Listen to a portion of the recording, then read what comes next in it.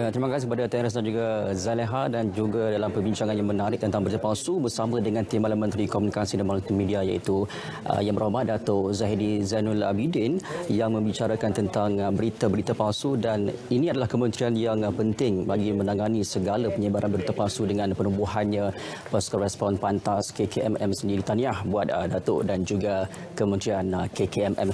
Baik, kita nak mulakan dengan apa yang tular di media sosial, dan saya ingin mengajak anda juga untuk membantu KKMM ya untuk memberikan respon ataupun menyalurkan sebarang berita yang anda terima melalui media sosial kepada KKMM untuk mengesahkan sama ada berita tersebut benar ataupun palsu.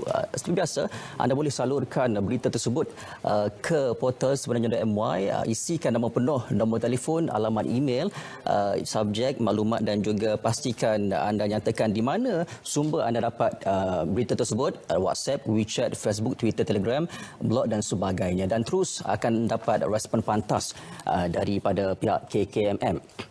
Baik, kita mulakan dengan pemakluman berita palsu. Kita dua perkara di sini kita tumpukan, iaitu pihak Hospital Sultanah Bahiyah Al-Usta Kedah menafikan tentang penutupan wad unit rawatan rapi ICU hospital berkenaan dan menjelaskan bahawa wad ICU di hospital berkenaan masih beroperasi seperti biasa. Walaupun tiada pesakit COVID-19 yang dirawat di situ memerlukan rawatan di ICU pada ketika ini. Ada juga ceritanya di sebenarnya MY sekejap saja lagi. Dan perkara kedua, Majlis Keselamatan Negara MKN menafikan kesahihan mesej berkenaan tarikh pelaksanaan dan pelanjutan PKP yang kononnya dihantar oleh seorang individu yang bergelar Ketua Timbalan Pengarah di MKN. Baik, pemakluman berita palsu yang seterusnya. Maidin Sarawak menafikan dakwaan bahawa terdapat kaki tangannya di Maidin Bandar Baru Samariang Kuching telah dimasukkan ke pusat kuarantin IAB. Dan yang kedua, ini mengenai dengan penjualan ataupun pembabitan warga asing dalam aktiviti penjualan. Dewan Bandaraya Kuala Lumpur DBKL menafikan terdapat aktiviti penjualan yang membabitkan warga asing di Pasar Borong Kuala Lumpur dekat Selayang semasa tempoh PKP, dan menjelaskan warga asing di kawasan berkenaan hanya menjalankan aktiviti pemunggahan bekalan asas, bukannya menjalankan aktiviti penjualan, yang mana tular beberapa hari tentang aktiviti penjualan warga asing dan dinafikan oleh Pasukan Respon Pantas KKM. Baik, seterusnya.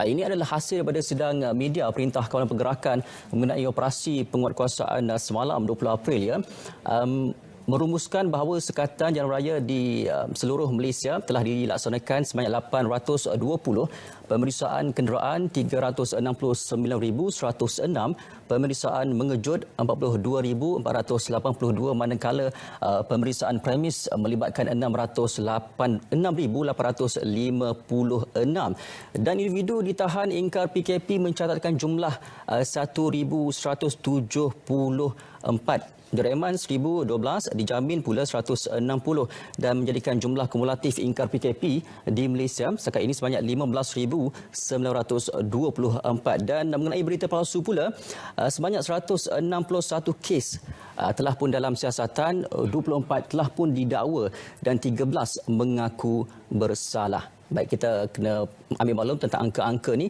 dan supaya kita tidak menyebarkan sebarang berita palsu kerana tindakan undang-undang akan dilaksanakan. Baik, seterusnya kita ke portal sebenarnya MY.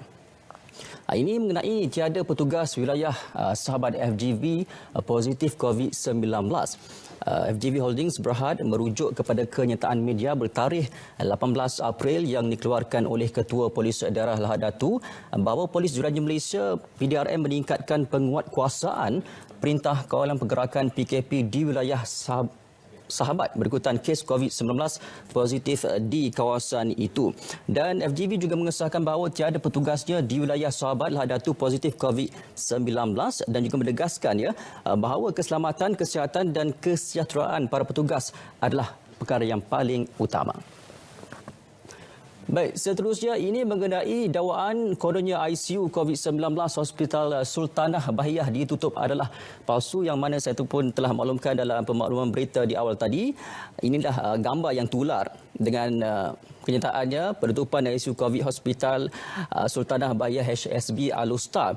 Dan menurut kenyataan media Jabatan Kesihatan Negeri Kedah, bahawa video yang tular di media sosial berkaitan penutupan unit rawatan rapi ICU di Hospital Sultanah adalah palsu. Jabatan Kesihatan Negeri Kedah ingin menegaskan bahawa unit rawatan rapi ICU di Hospital Sultanah Bahiyah masih beroperasi seperti biasa, dan untuk makluman masih terdapat kes COVID-19 yang sedang dirawat di hospital tersebut walaupun tiada pesakit yang memerlukan rawatan di ICU pada ketika ini. Dan menurut kenyataan ini juga, video yang dimuat naik dalam media sosial juga telah disediakan oleh orang perseorangan tanpa pengetahuan pihak pengurusan Hospital Sultanah Bahiyah atau pihak Jabatan Kesihatan Negeri Kedah yang menimbulkan kekeliruan masyarakat.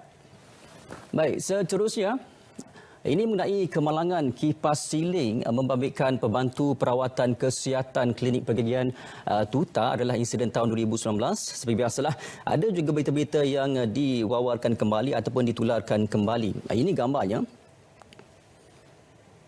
Baik, menurut kenyataan media, Jabatan Kesihatan Negeri Johor merujuk kepada mesej yang sedang tular di media sosial berkaitan kemalangan yang menimpa seorang pembantu perawatan kesihatan PPK dari Klinik Pergigian Taman Ungku Tun Aminah ataupun Tuta ketika melaksanakan perkhidmatan pergigian sekolah PPS di salah sebuah sekolah di daerah Johor Bahru. Jadi JKN Johor ingin memaklumkan bahawa maklumat berkaitan adalah merupakan insiden yang berlaku pada tahun lepas iaitu April 2019 yang mana PPK tersebut telah pun pulih sepenuhnya dan telah kembali bertugas. Baik, seterusnya ini juga penting dalam keadaan kita agak kesempitan dan juga kebimbangan. Ada scammers ataupun penipu yang mengambil kesempatan ke atas bantuan-bantuan yang diberikan ataupun disumbangkan kepada rakyat Malaysia. Ini mengenai sindiket penipuan yang melibatkan pakej rangsangan dan juga bantuan oleh BNM dan industri keuangan semasa penularan wabak COVID-19. Baik, Persatuan Bank-Bank dalam Malaysia ABM dan Persatuan Institusi Perbankan dan Kewangan Islam Malaysia IBIM berkata penipu tersebut ini adalah modus operandi mereka menggunakan helah ingin memudahkan bantuan keuangan atau membantu menyediakan permohonan pinjaman serta mendapatkan pembiayaan yang mana melibatkan pakej rangsangan dan langkah bantuan khas seperti kemudahan bantuan khas SRF yang diumumkan BNM dan institusi keuangan.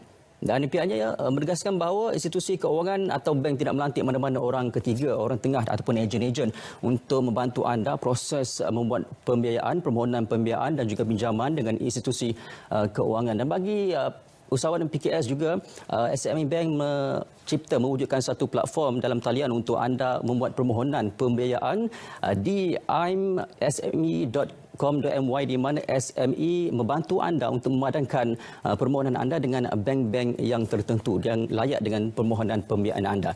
Baik, seterusnya kita ke dakwaan mesej kononnya dari pihak UUM meminta dokumen peribadi pelajar bagi urusan BPN adalah palsu. Sebelum kita berhenti berehat seketika nanti, ini adalah keratan mesej yang tular di WhatsApp yang mengatakan bahawa segala dokumen, salinan IC, salinan kad metrik dan juga penyata akaun bank perlulah diserahkan kepada pihak HEP ataupun hal ehwal pelajar. Dan menurut Universiti Utara Malaysia UUM, sebaran mesej tersebut adalah palsu dan kepada mungkin pelajar-pelajar kita yang sedang berada di kampus, ini adalah salah satu bantuan daripada kerajaan one off sebanyak RM200. Jadi nak memudahkan, anda boleh terus berhubung dengan unit hal ehwal pelajar di universiti masing-masing untuk mengetahui bagaimanakah cara-cara untuk memohon bantuan BPN ini sebanyak RM200 dan jangan mudah tertipu dengan sebaran mesej yang mungkin scammers yang mengambil kesempatan di atas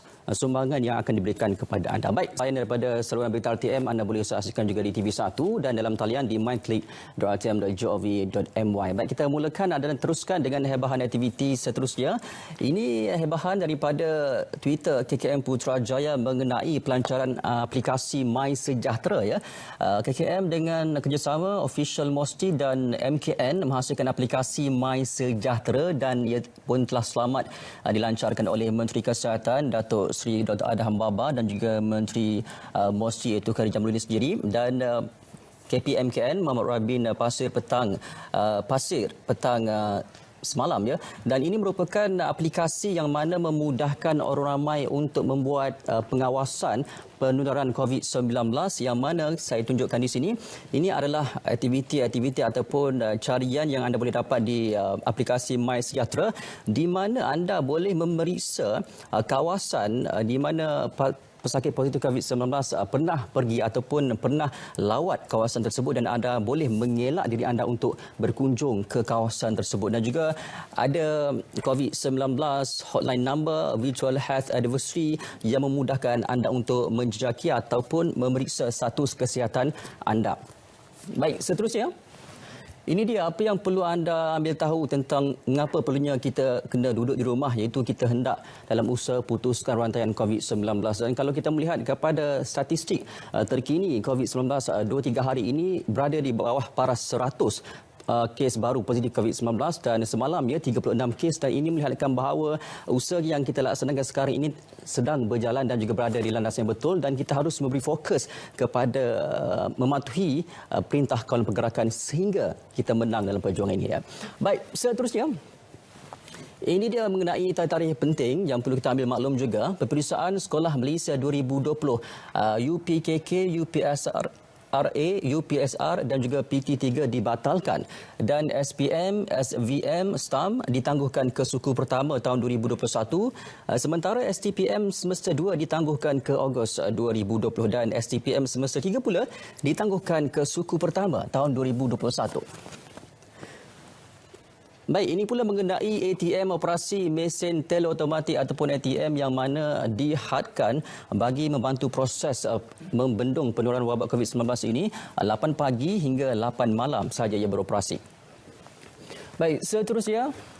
Mengenai pergerakan antara negeri tidak dibenarkan kecuali untuk tujuan kecemasan saja, dan yang penting perlu mendapat surat kebenaran dan juga kelulusan PDRM untuk anda membuat perjalanan merentasi negeri dan juga daerah. Ini pula mengenai risiko jangkitan COVID-19 yang maut adalah sangat tinggi dalam kalangan orang berusia, apatah lagi sekiranya mereka mempunyai sejarah penyakit kronik. Jadi kita perlu memberikan perhatian khusus dan juga yang mendalam kepada golongan-golongan orang warga emas dan sebagainya, kerana antara yang boleh kita lakukan adalah di sini kerap berhubung dan memberi sokongan walaupun berjauhan. Tayang kabarlah dengan ibu bapa kita yang berada di kampung sekarang ini, juga bekalkan keperluan asas harian seperti makanan, ubat dan lain-lain, dan jika perlu dapatkan rawatan segera jika sakit dan patuhi temu janji rawatan. Jangan ambil mudah tentang tahap kesihatan kita, terutamanya kepada ibu bapa kita yang sedang berada di kampung dan juga yang tinggal bersama dengan kita. Baik, saya kira itu sahaja cerapan yang kita boleh kongsikan kepada anda. Kalau ingin tahu perkembangan lanjut mengenai perkembangan terkini COVID-19, boleh saja ke Twitter rasmi, media sosial rasmi RTM dan juga kementerian yang terlibat. Saya kira itu sahaja perkongsian setakat ini. Untuk pastikan sahih kepada anda kekal di rumah dan juga kekal bersama RTM.